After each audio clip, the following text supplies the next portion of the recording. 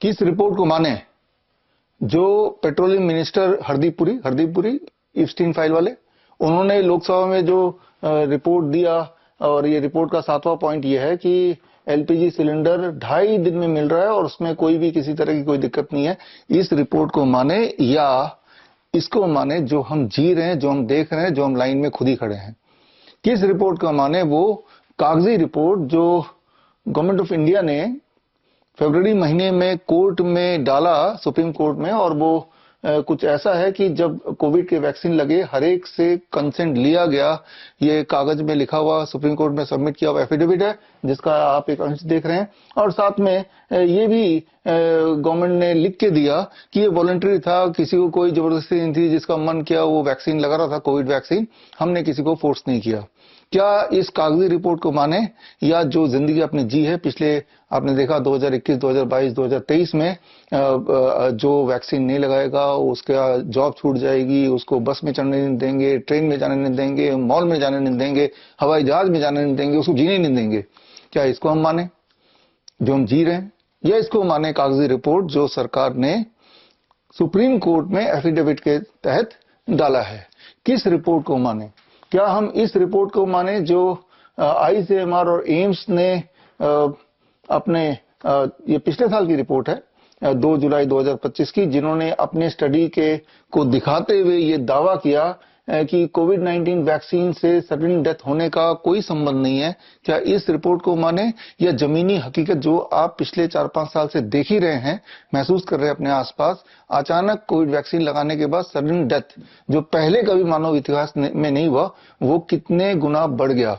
आप देख रहे हैं लोग हंसते गाते डांस करते हुए, जिम जाते हुए, शादी रचाते हुए, गाड़ी चलाते हुए, कुछ ना करते हुए अचानक they are dying dead, drop dead. Heart attack है, कार्डियक अरेस्ट है, ये सारी चीजें कितनी ज्यादा बढ़ गई हैं, ये तो आप देख ही रहे हैं। क्या आप वो जो हकीकत आपके आसपास हो रहा है उसे मानेंगे, या इस कागजी रिपोर्ट को मानेंगे?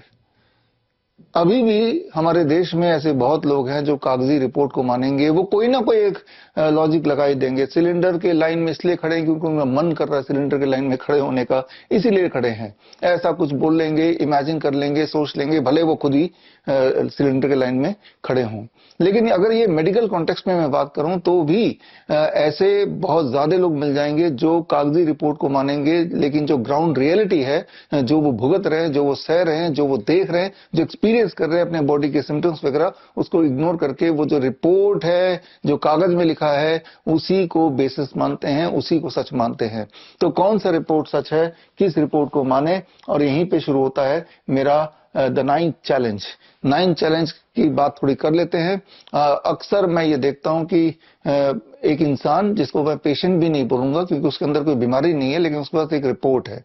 अभी मैंने 3 तरह की रिपोर्ट आपको दिखाई, अब मैं मेडिकल रिपोर्ट की बात कर रहा हूं, पेट स्कैन की रिपोर्ट की बात कर रहा हूं। पेट स्कैन की रिपोर्ट लेके आता है और बोलता है बहुत परेशान और बहुत ज्यादा दुखी, और उसे ऐसा लग रहा है कि उसकी मौत बिल्कुल सामने खड़ी है, और वो कहता है कि ये पेट स्कैन के अकॉर्डिंग मुझे 4th स्टेज कैंसर है, कागजी रिपोर्ट।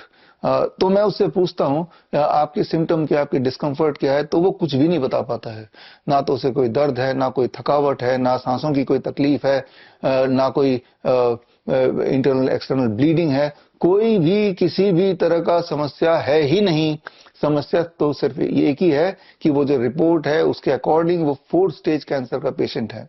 हालांकि मैं उसको समझाता हूं, जैसे मैं आपको भी समझा रहा हूं कि ग्राउंड रियलिटी जो आप देख रहे हैं, जो महसूस कर रहे हैं, जो आपके साथ हो रहा है, वही सच है रादर देन कि ये कागजी रिपोर्ट। ठीक उसी प्रकार जो as a person, as a individual आप महसूस करते हैं, वही सत्य है। आपकी बॉडी, अगर आप बीमार हैं तो कोई ना कोई सिम्टम जरूर देगी, दर्द देगी, कमजोरी देगी, ब्रेथलेसनेस देगी, कुछ ना कुछ देगी।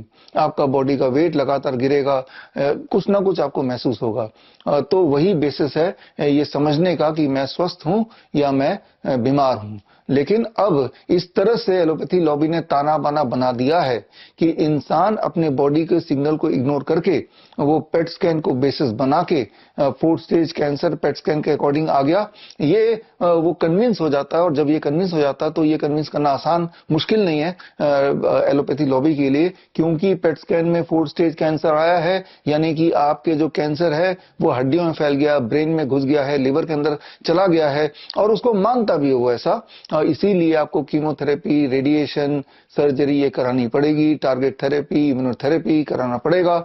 और वो इतने घातक जो डेंजरस सो कॉल्ड थेरेपी वो कराने को तैयार हो जाता है। और इन थेरेपी की वजह से या सो कॉल्ड थेरेपी की वजह से जब वो रियल मायने में बीमार हो जाता है, तब वो डॉक्टर्स ने तो पहले ही बताया था कि आप कैंसर पेशेंट हो पेट स्कैन के अनुसार, तो सारा दोष उस बीमारी का हो जाएगा जो कभी थी नहीं, इमेजिनरी थी at the very first place. लेकिन कीमोथेरेपी, रेडिएशन, सर्जरी की वजह से अब वो उसके जो भरपूर साइड इफेक्ट है उससे वो रियल मायने में बीमार हो गया। और यहां आता है मेरा 9th चैलेंज। 9th चैलेंज ये है, मेरा स्टेटमेंट ये है कि कीमोथेरेपी, रेडिएशन, सर्जरी ये किसी भी तरह से ना तो कैंसर पेशेंट को या किसी भी तरह के इंसान को कोई लाभ पहुंचाता है, ना तो प्रिवेंशन में, ना कंट्रोल में, ना ठीक होने में या लाइफ स्पैन को बढ़ाने में। इनफैक्ट कीमोथेरेपी, रेडिएशन, सर्जरी से क्वालिटी ऑफ लाइफ भी घटती है और कैंसर होने के चांसेस बढ़ जाते हैं और लाइफ स्पैन भी घट जाती है। जो स्टेटमेंट मैंने आपको दिया, अगर कोई इसे गलत साबित कर दे तो मैं आपको 10 लाख रुपए दे दूंगा। ये मेरा 9th चैलेंज है, this is my 9th challenge. अब बात कर लेते हैं, एक बार फिर से याद दिला देता हूं मेरे 8 चैलेंजेस, उसमें 7 चैलेंज पिछले 7 मार्च को मैंने दिया था और वो 7 चैलेंज यहाँ पे स्क्रीन पे आप देख ही रहे हैं। कि पहला चैलेंज मैं दोहरा देता हूं, एलोपैथी में कोई भी ऐसी दवाई नहीं है जिससे कोई भी एक बीमारी 1% भी ठीक हो सकती है। अगर कोई इसको गलत साबित कर दे तो 10 लाख रुपए मिल जाएंगे। दूसरा चैलेंज मेरा था या है, रेबीज वैक्सीन जो कुत्ते के काटने के बाद लगाया जाता है वो न केवल व्यर्थ है बल्कि वो हानिकारक भी है। इस बात को भी कोई गलत साबित कर देगा तो 10 लाख रुपए और मिल जाएंगे। तीसरा challenge, HIV AIDS is fake. HIV AIDS एक भ्रामक, सिर्फ एक कहानी है, इसमें कोई भी एविडेंस नहीं, कोई भी सच्चाई नहीं। मेरे इस बात को कोई गलत साबित कर दे 10 लाख रुपए और मिल जाएंगे।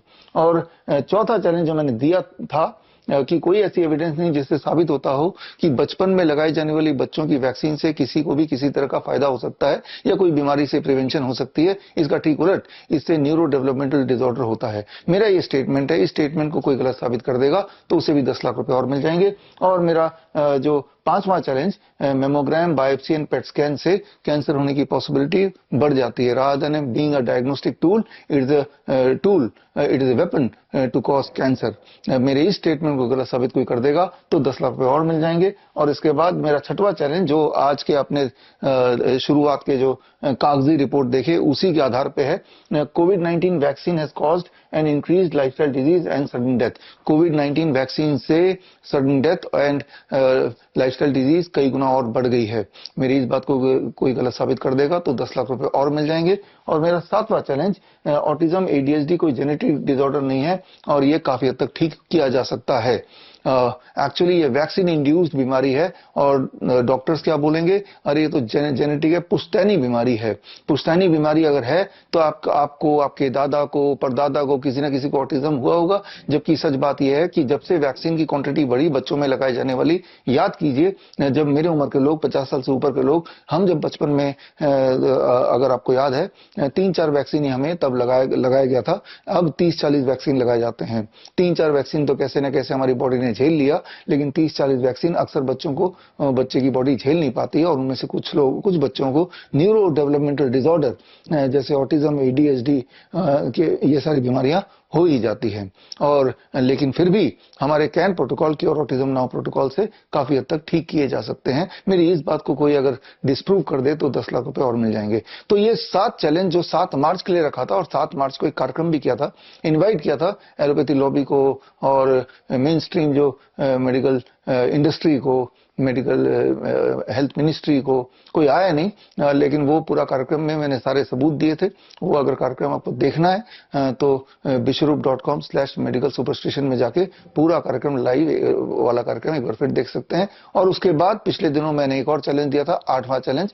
वो 8वां चैलेंज किसी डॉक्टर या लॉबी के लिए नहीं है, वो तो सीधे आपको दिया था, और वो ये, that is called the boss challenge. Boss challenge का मतलब सिंपली ये कि आप में से बहुत सारे लोग ऐसे हैं जो न जाने कितने कितने साल से हाई ब्लड प्रेशर की दवाई ले रहे हैं, शुगर की दवाई ले रहे हैं और आपके जॉइंट पेन वगैरह स्टिफनेस रहती है उसकी दवाई ले रहे हैं और हालत बद से बदतर हो रही है, मोटे हैं तो पतले होने की कोशिश कर रहे हैं और ऐसा लग रहा है कि हमारी जीवन निकल जाएगा लेकिन ये बीमारियां छूटेंगी नहीं।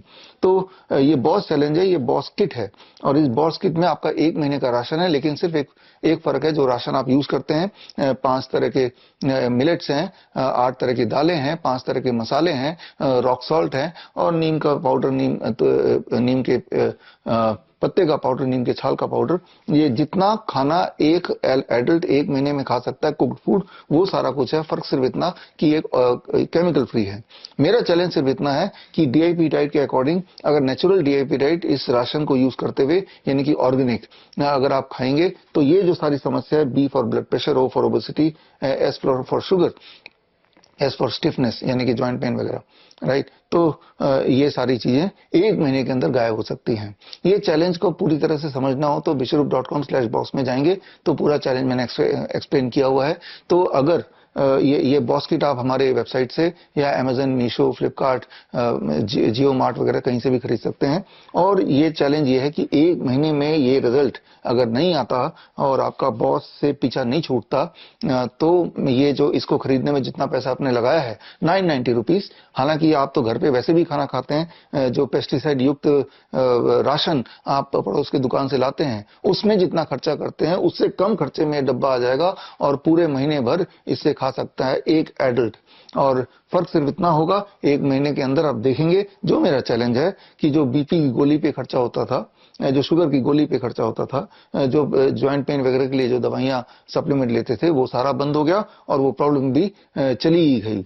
तो खैर अगर ये ऐसा नहीं होता है तो I will give you money back, आपके 990 रुपए मैं वापस कर दूंगा। मैं ये डब्बा वापस मांगूंगा भी नहीं, क्योंकि मुझे पता है कि तब तक तो आप इसको यूज कर ही चुके होंगे। हालांकि इसमें एक खतरा जरूर है कि कई सारे लोग ऐसे भी हो सकते हैं, थोड़े से चालाक लोग, जो ये डब्बा खरीद लेंगे, इसको यूज कर लेंगे, फायदा भी होने के बाद भी यूं ही मुझे बता देंगे कि कुछ फायदा नहीं हुआ। मेल करके आप अपना स्टेटस बता सकते हैं bishrup@bishrup.com और मेल करके बता देंगे फायदा नहीं हुआ, नो क्वेश्चन आस्क्ड। और वो रिस्क तो है ही, वो रिस्क मैं ले रहा हूं और उस रिस्क को लेते हुए ये चैलेंज 8वां और आज के दिन 9th चैलेंज जो दे रहा हूं, दैट इज कि कीमोथेरेपी, रेडिएशन सर्जरी से कोई भी तरह का कोई प्रिवेंशन नहीं होता, इनफैक्ट इससे कैंसर के चांसेस और बढ़ जाते हैं। इस बात को कोई डिस्प्रूव करेगा तो 10 लाख रुपए और ले लेगा, वो मैं दे दूंगा।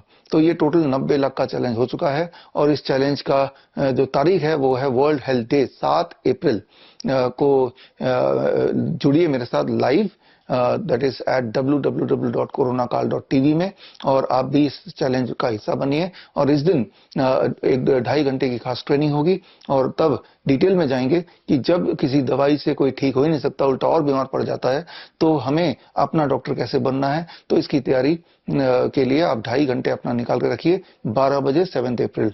और एलोपैथी लॉबी जो इस 9 में से कोई भी 8वां चैलेंज तो सिर्फ आप लोगों के लिए है, वो तो 1 महीने बाद ही रिजल्ट पता चलेगा अगर आप ये डाइट लेते हैं, नेचुरल डीआईपी डाइट। और इसका साइंस अगर आपको समझना है तो उसके लिए मेरी किताब पढ़ सकते हैं, natural DIP diet for boss. ये किताब आप किसी भी ऑनलाइन स्टोर से, चाहे वो मीशो हो, चाहे वो फ्लिपकार्ट हो, अमेजन हो, गूगल बुक्स, एप्पल बुक्स हो या bishrup.com से खरीद सकते हैं। तो ये बुक पढ़ेंगे तो पूरा साइंस समझ आ जाएगा, कैसे आप बॉस से छुटकारा पा सके 1 महीने के अंदर, just by shifting from pesticide diet to non pesticide diet, यानी कि ऑर्गेनिक केमिकल फ्री डाइट अगर लेंगे और डीआईपी डाइट को की तरह से लेंगे तो ये सारी जो बड़ी बड़ी दिखने वाली बीमारियां जो सालों साल से अब दवाइयां ले रहे हैं वो सारा कुछ खत्म हो सकता है।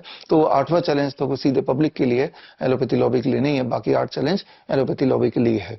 तो अगर कोई भी डॉक्टर या एलोपैथी लॉबी इस वीडियो को देख रहे हैं और मेरा चैलेंज एक्सेप्ट करते हैं तो मैं उनको एक ओपन इन्विटेशन दे रहा हूं इस वीडियो के माध्यम से। और आना कहां होगा, इस बार जो हमने कॉन्फ्रेंस रखा है वो मैंने अपने ऑफिस में ही रखा है, जहां पे मैं अभी खड़ा हूं, और इसमें यहाँ पे आप आ जाएं और लाइव होगा।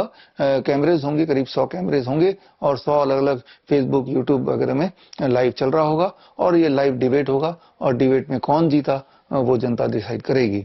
तो खैर मैं आपका वेट करूंगा 7 अप्रैल वर्ल्ड हेल्थ डे के दिन दोपहर को 12 बजे। और मकसद बड़ा क्लियर है, that you become your own doctor. अपना डॉक्टर खुद बनिए और कागजी रिपोर्ट पे भरोसा ना करके जमीनी हकीकत यानी कि आपका बॉडी क्या सिग्नल दे रहा है वो झूठ नहीं हो सकता, उस पे भरोसा कीजिए।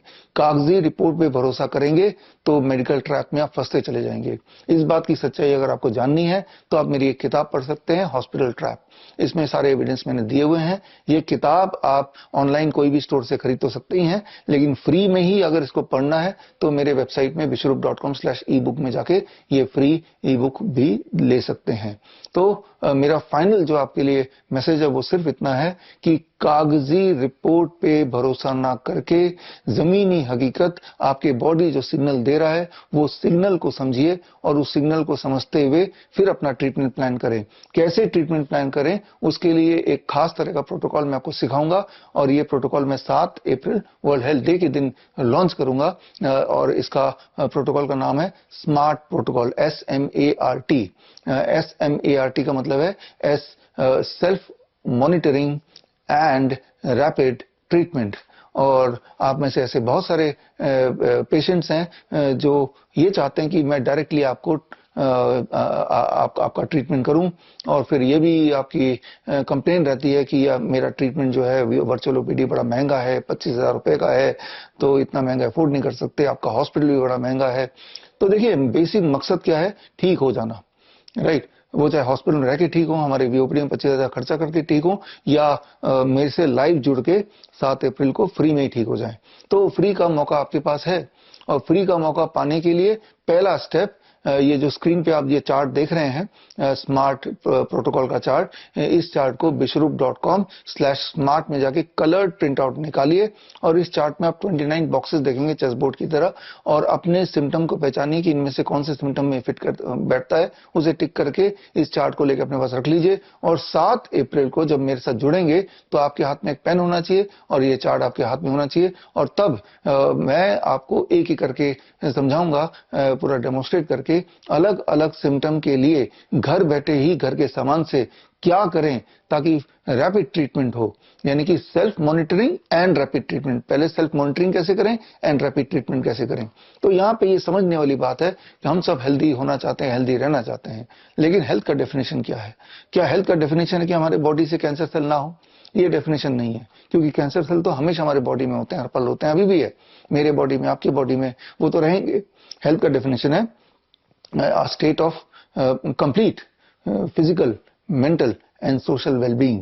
जब कंप्लीटली फिजिकली फिट आप महसूस करें, कंप्लीटली मेंटली फिट महसूस करें, कंप्लीटली सोशल सेटिंग में अपने आप को फिट महसूस करें, तो ही आप हेल्दी हैं। ये हेल्थ का राइट डेफिनेशन है। अगर ये हेल्थ का राइट डेफिनेशन है तो इस डेफिनेशन की तरफ बढ़ते हुए वर्ल्ड हेल्थ डे के दिन 7 अप्रैल को 12 बजे मैं आपका वेट करूंगा और गाड़ी आगे बढ़ाएंगे। गोल है be your own doctor and be healthy. All the best, thank you, जय हिंद।